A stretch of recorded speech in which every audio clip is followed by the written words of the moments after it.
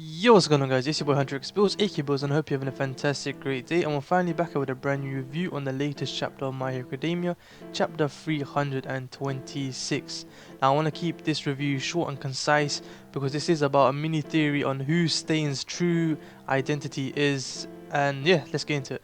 So before we get into the video, I just want to apologize for my inactivity. It's been a few months since I posted a video, and to be honest, I have just lost my drive ever since I lost my first YouTube channel where I was doing reviews on, but I've still been up to date with all the mangas, I've been up to date with My Hero Academia, and every week I've just had that urge to just post something, a theory or just something to give out to you guys, and what a chapter to come back with.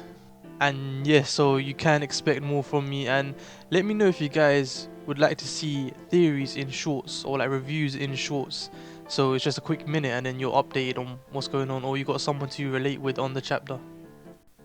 And who would have thought that it would be Stain guiding All Might to his straight path of a hero when he feels that he is so useless, especially not being able to use his quirk to help the students, and especially Deku himself. But I want to note one part that Stain says, and I believe that Horikoshi put this on emphasis because it's got more than an initial meaning of what he's passed on. So it goes, the cinders that he left continue to burn within those who followed after. And it shows all the students of UA that are with All Might, so Deku, Bakugo, Todoroki, so on. So now what we need to look at is, we've never actually had a true timeline where the One For All has been passed on and there is another one of the One For All owners living. So how can we guarantee that All Might can't actually use One For All, and if he can actually make the fire burn more within him? And one thing we also need to notice is the name of the quirk is One For All, so it's one quirk that could be suited for all, if that makes sense. And the other hand is a greedier quirk, which is All For One, so everything is taken for the one person. So I believe there's still time and that All Might will be able to use parts of the quirk still, he's just got to train it up. Or there's still a possibility that All Might has his own quirk that he just doesn't know about truthfully yet.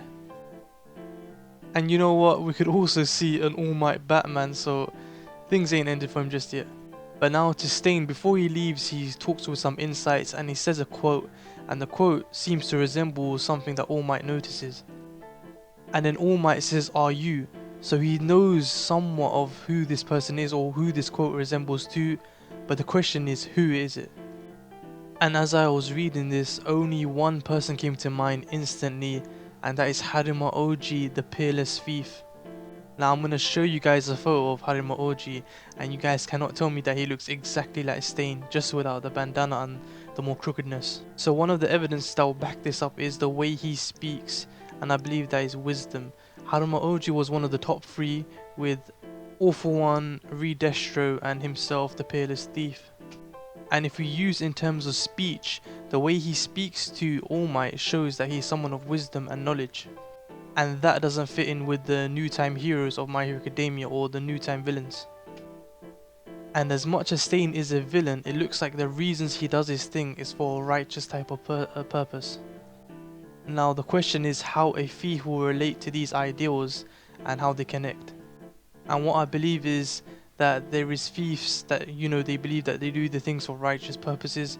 So we're going to use Robin Hood as an example, and I believe that Harima Oji was a more evil version, but he had his right ideals just as Stain has his evil ideals, right ideals with his evil manner. And All Might's reaction to when he hears the quote from Harima Oji or Stain, he reacts in a way that is very shocked, and he's saying like, how could you know that, and could you be so and so forth, and who else would it be rather than one of the 3 OGs? But there's also the possibility that he is related to Harima Oji, maybe his son. And if it is the son of the Peerless Thief, how much more could it make sense? Because what you gotta see is possibly that the Peerless Thief was taken out by a crooked hero, and now his son is out to avenge him by taking out all the crooked heroes and leaving the ones that are on the true path. That will be the end of the theory side of things. Now you guys let me know what you guys think in the comment section down below, and who you guys believe Stain's true identity actually is, or if he is just a whole new character but we just haven't met him properly yet. And we're going to finalize things with the final pages of the chapter and the ending quote that Stain leaves All Might with, and we're going to look at the Tartarus information that he's also left All Might with. So as Stain is leaving, he says to All Might, but if you are a true hero, then use the information from Tartarus. And he's literally thrown a piece of paper with a knife on it, and it looks like there's a lot of information in these papers. Now Tartarus, I'm pretty sure, is the prison where All For One and all the other prisoners were kept in. So these pieces of paper should have information on other escapees. And we're going to have our boy All Might Batman probably wrap things up to try catch them out and get information together to see what All For One is planning and what quirks he's trying to hold aside. And to end things, Stain leaves with a huge statement and he says, "And come end me, the man who has murdered 40 heroes." So hopefully we'll be looking forward to an All Might versus Stain final battle between the two. That would be crazy. And I also want to point out a panel which is somewhat near the end, where you see the tears dripping from All Might's eyes, and he's got the little frown.